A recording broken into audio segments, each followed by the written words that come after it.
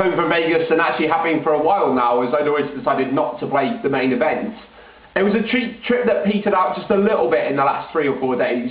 The only moment of note was about 3 days from the end when I played one of the 1500 no limit hold'em events with a massive 2500 run field. I've always been sceptical about anyone's chance to win an event with such a ridiculously big field. But actually began to see some faint hope that I might prove myself spectacularly wrong as I got inside the last 100 and had a bigger than average stack and got all my chips in with ace king off against ace queen off for what would be a massive pot and about nearly 3 times average. But had a gut-wrenching moment when a queen came out as the first card. It was a moment I was very much due. I hadn't really had one all summer. But it didn't stop it feeling like a kick in the stomach for quite a few moments afterwards. I stated just before I went to Vegas that really only 2 things could happen. I could either win a bracelet, which was always going to be a tiny chance, obviously, or I couldn't. The second of the 2 happened, and I think the way it happened actually proves that what I said was wrong, because it's a series that when I look back on I become more and more satisfied about. Time is a great healer in poker, and actually one of my most disappointing moments in poker will always be the moment that I busted out, despite it being the biggest cash I ever had, which just kind of proves the irony of poker and all the emotions that it throws up. But as I look back on the trip, it's pretty satisfying. It's especially nice to have a good run in one of the mixed game events.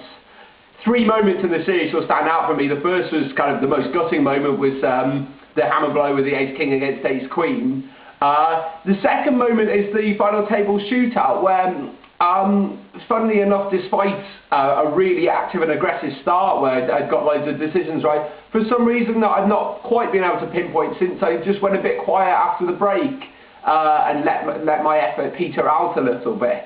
And that will always remain a slight regret. And the other big moment is the one hand in the Raz tournament, the really sick hand that just might have changed everything.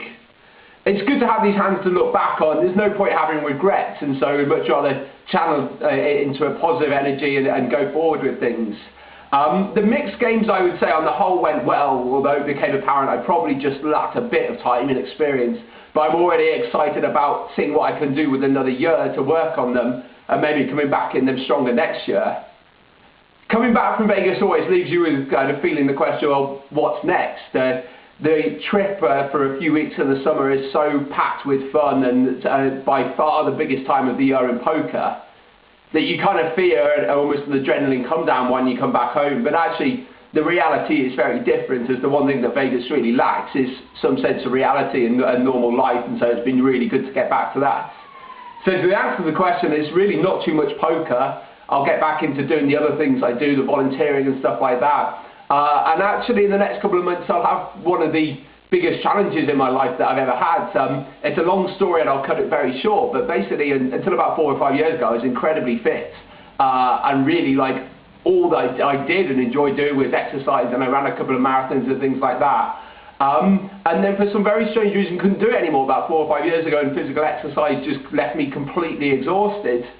So I pretty much dropped into unfitness and a horrible unfitness the last year or 2, so much that I just become fed up and I try to fight my way out of it. It's a path that will probably leave me exhausted at a lot of points, but one that I think is worth fighting. Having already done a couple of runs and kind of like struggled to run the distance that I would have done as a warm-up a few years ago, I can see it's definitely going to be a big challenge, and it's one that actually just puts the emotions of poker into complete perspective. It really makes poker seem quite trivial and just the trivial but fun game that it is. So that will be a big challenge. I'll ease up on the poker, but there's just one kind of fairly big tournament to be excited about, which is the Partouche Poker Tour, which last year was just in France. But even better news branched out into Spain as well, so I'll go to Madrid next weekend to play in the 3K event they have there. And the only other poker in the next couple of months is that I'm playing in the Full Tilt Poker Million, which will be on the TV. My heat is actually next week. When I received the lineup for the heat, then it didn't feel so good as the lineup of 6 is me, Ross Boatman, Jesus, Howard Lederer, and someone to be confirmed. Now hopefully someone to be confirmed will be an internet qualifier, but it's just possible that that's a really big name who's waiting till the last minute. So either way, that's going to be a pretty tough heat.